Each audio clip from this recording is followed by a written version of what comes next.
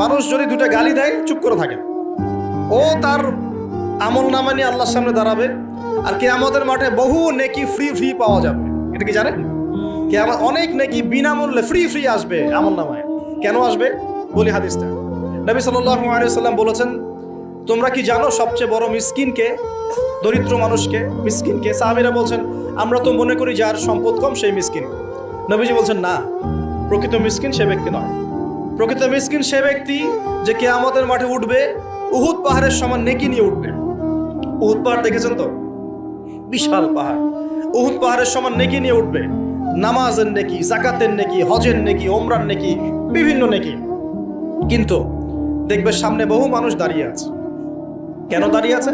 কারো কাছ থেকে টাকা নিয়েছে, টাকা শোধ করে নাই, কাউকে গালি দিয়েছে, কাউকে অন্যায়ভাবে অপবাদ দিয়েছে, কাউকে আঘাত করেছে, কারো উপর জুলুম করেছে ইত্যাদি। বিভিন্ন রকম মানুষের সাথে জড়িত পাপ ছিল, ঠিক আছে?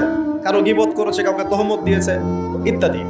এখন আল্লাহ পাক বলবেন, এই ব্যক্তির নেকির যে পাহাড় আছে এখান থেকে নেকি নিয়ে ওদেরকে দিয়ে দাও।